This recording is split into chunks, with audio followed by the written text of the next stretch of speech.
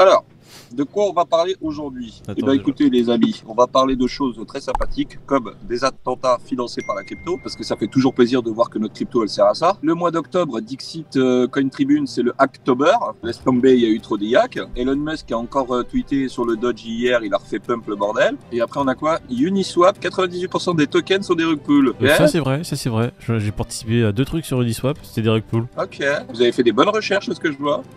L'ONU qui dit qu'il y aurait 20% du financement du terrorisme qui serait fait par des cryptos. C'est sûrement vrai. Si eux le disent, c'est que c'est vrai. Ils ont attrapé 2 mecs à Paris qui avaient financé un groupe d'Al-Qaïda en Syrie via des tokens. Quoi. Ça veut dire qu'il y a 80% qui sont financés par du fiat, hein, donc bon. Qu'est-ce que tu veux que je te dise, moi? Donc on arrête les fiat, hein, parce qu'il y a 80% du terrorisme qui est financé avec des billets de 20. Faut arrêter les billets de 20 tout de suite. Mais par contre, les billets de 500 qu'il avait, et qu'il a donné à...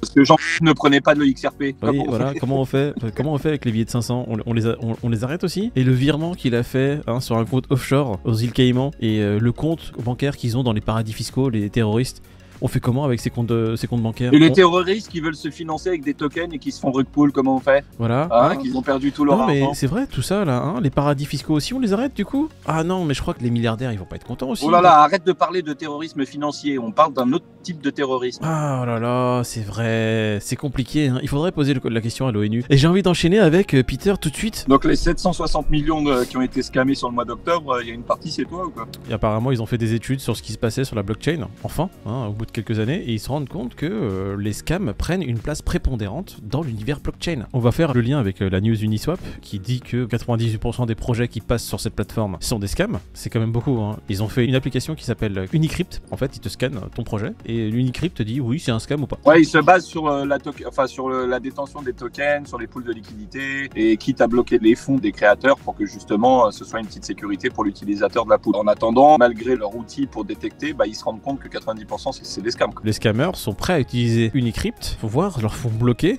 juste pour tenter de bypass Unicrypt et de passer pour quelque chose de legit auprès des gens pour qu'ils investissent de l'argent. La DeFi, c'est vrai qu'il y a beaucoup de projets, il y a beaucoup de choses qui se proposent, il y a des beaux rendements qui peuvent faire de l'œil à pas mal de monde.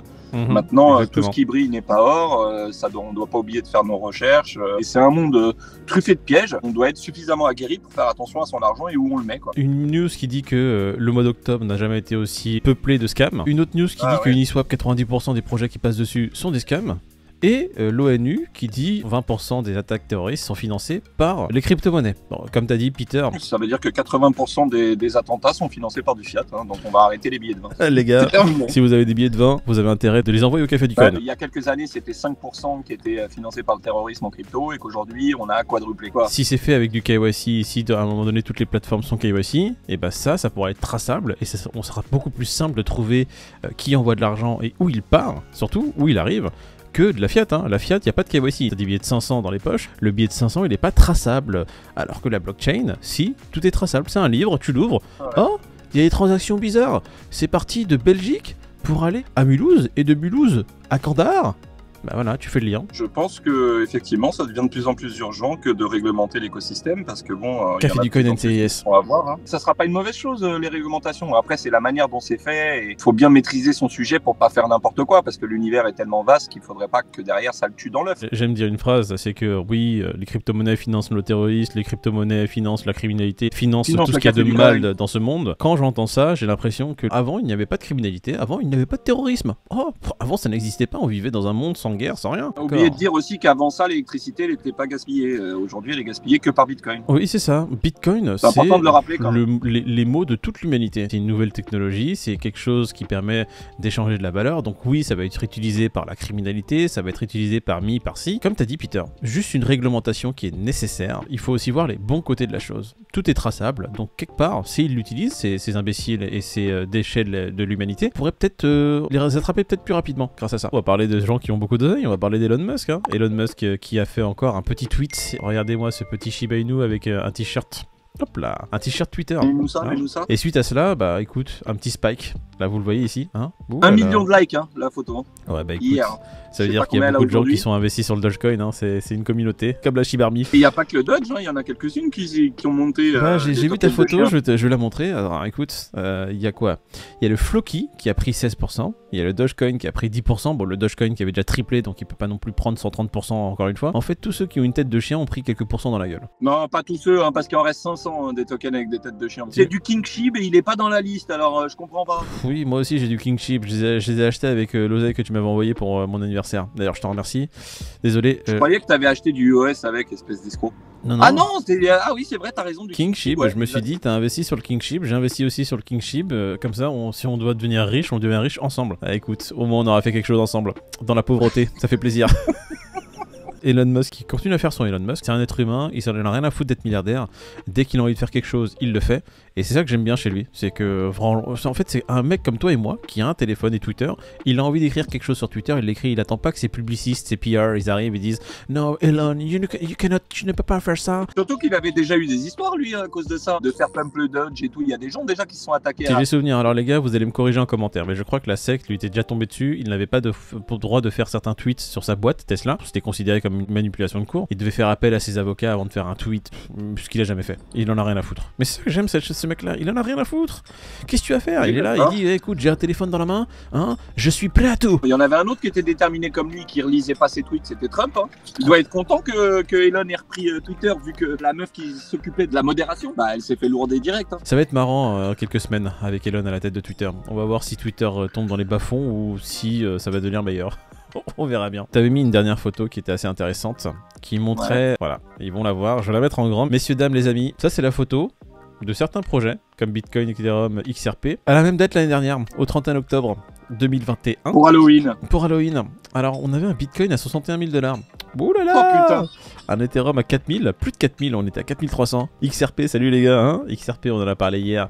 Votre XRP, il était à 1,08$. Putain, quand le Bitcoin était au plus... Enfin, il était pas au plus haut.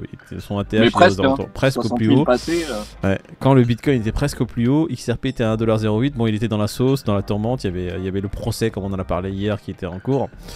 Il n'a pas spécialement fait de bull run en fait, c'est vrai. Hein. Il y a un mec qui a mis ça dans nos commentaires hier. Il a pas tort, c'est vrai qu'avec le procès et tout, il y avait une espèce de chape de plomb au-dessus et il n'a pas profité du bull run comme beaucoup ont profité quoi. Pas du tout. Donc aujourd'hui on va faire les prix, mais on va faire les prix du Bitcoin de l'année dernière. Donc on a Bitcoin 61 837 $, un Ethereum à 4324 $. Oui, on est en 2021 au 31 octobre, messieurs dames. Les amis, on a un Dogecoin à 26 centimes, on a un Cardano à 1,95. Putain, Cardano, putain, qu'est-ce qui m'a plombé ce projet de merde. Oh là là, qu'est-ce que j'en ai marre de ce Cardano. Bref, on a un Solana à 193 $. Je l'avais vendu juste un peu avant. Moi, je m'en suis bien sorti. 193. Je m'en suis quand même bien sorti avec ce putain de Solana. Alors moi, je l'avais vendu bien avant que ça. Ah, mais t'as quand même pris des profits. C'était toujours plus que aujourd'hui. Oui. Ne t'en fais pas. Un Poly... Oh là là, Matic 1,86. Incroyable. Ça fait bizarre parce que c'est quand même des choses...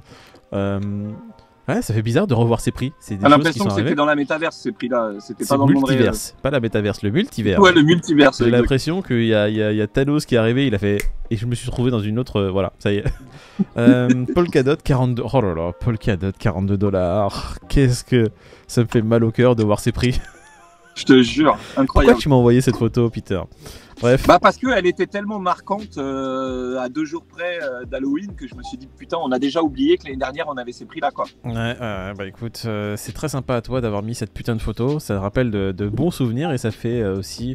Bah ça donne de l'espoir en fait, hein. J'espère que je vais donner de l'espoir aux gens. Si je peux aider. All day, quand vous êtes tu sur nous des fais projets les prix ou pas? Non, ça y est, je les ai fait les prix, ça y est, on est rien. Ah, je vais garder cela. alors. On va garder ces prix là pour avoir une touche d'espoir et vous rappeler que quand même la crypto, comme les investissements, si vous êtes sur des projets solides, c'est pas parce que dans un bear market qu'il faut se débarrasser de tout.